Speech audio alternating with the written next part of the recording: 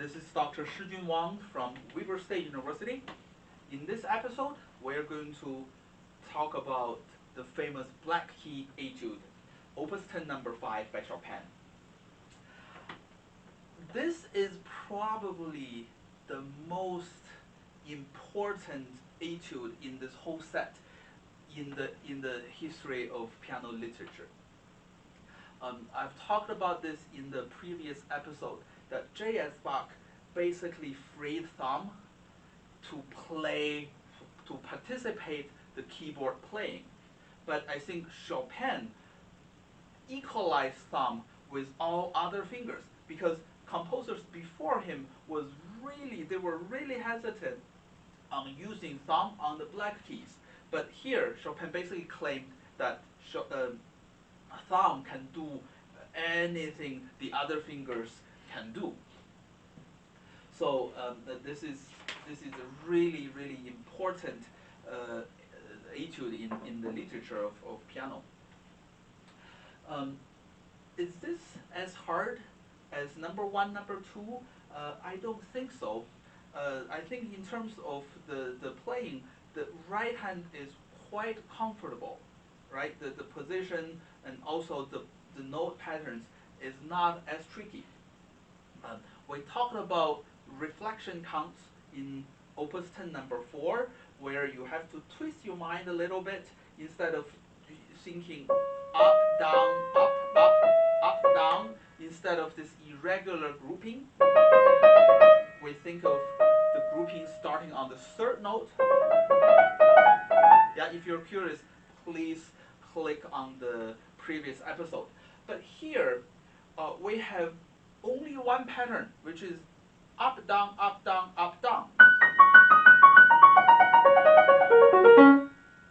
However, because up, down is like a 2-note pattern, but we have triplets in it. So when we play the opening of the right hand, we have to keep in mind that the left and right on the downbeat, the left side playing, and then to the right on the downbeats, they alternate. So the first note, we center on the left side, and then right side, left side, right side.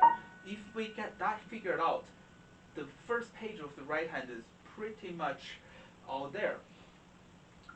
But what's difficult in this opening, I think, is to bring this big contrast of forte and piano, right? Somehow, subito forte is way easier than subito piano, mentally also. I think here we have to keep in mind that our left hand has to participate greatly. First of all, there is a melody hidden in the middle voice, in the second finger of the left hand. Also, here, right hand is in very high register. No matter how hard we try, it's brilliant, but not as brilliant as in the middle voice, we're in the middle register. And then here, when we want the note to be softer, then it moves down to the more, the easier project, easier to carry further this register. So we have to make our left hand participate to bring this contrast. One thing I want everybody to pay attention to is the left hand articulation, right? Most of the left hand notes are staccatos, right? It's lively, it's brilliant, but then some has no indication of staccato. For instance, the fourth measure.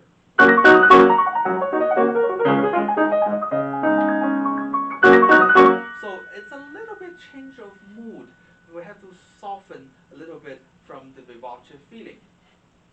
So please keep that in mind, okay?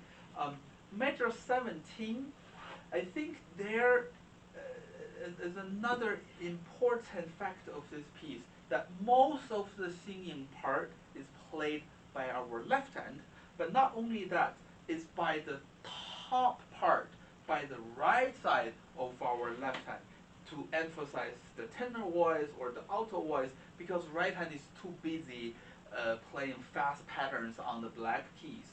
So here, the weight distribution of the chord playing is very, very crucial. We want to make sure our weight of the left hand is on the right side. It's an uncomfortable position, because usually our hand likes to rest outside, right? That's the, let's say, the default setting. But then to put it like this, we almost need it to raise our elbow a little bit to counterweight.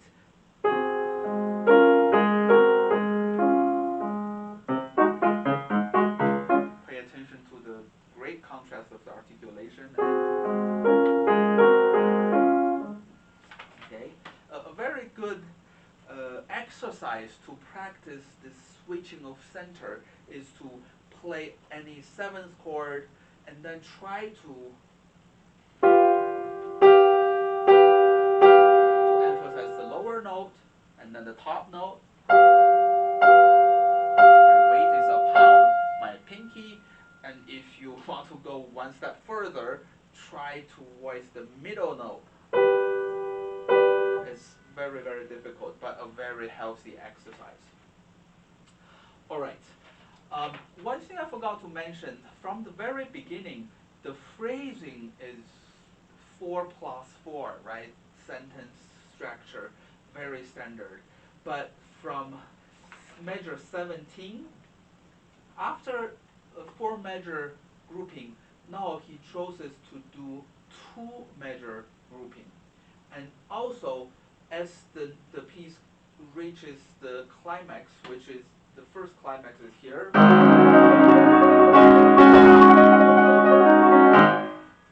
Chopin uses another harmonic device called harmonic acceleration, meaning he switches the chords or switches the harmonies more and more often.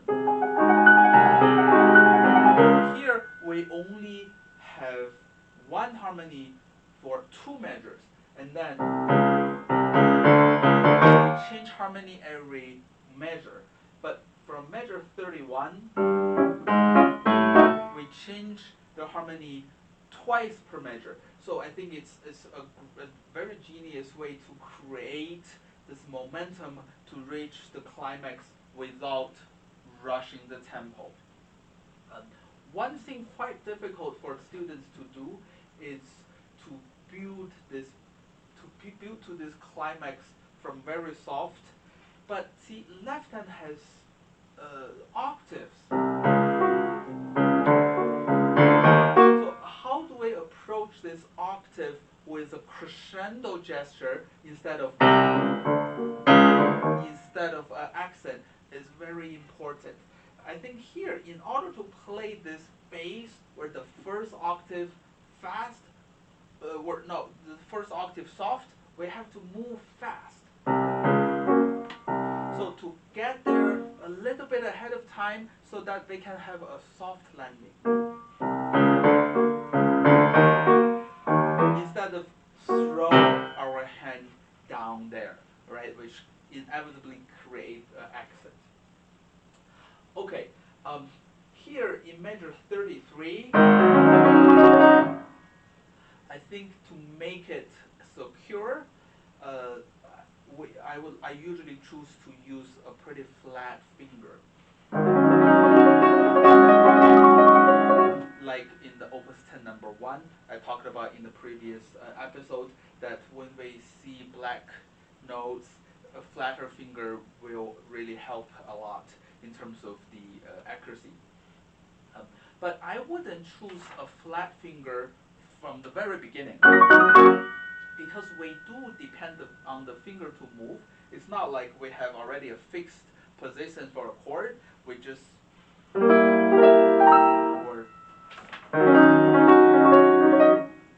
use our arm and wrist to help playing those notes. But here we do need the fingers to move a lot. So here I would choose a more rounded fingering, like Czerny says. And here I would choose to use a flatter finger. Okay, measure 41 watch out for the left hand singing melody.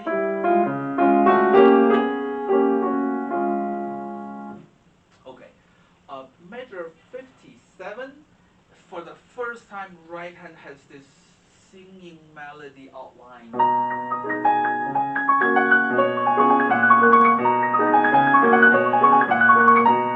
That's our only chance. So we have to really push it very deep with our thumb.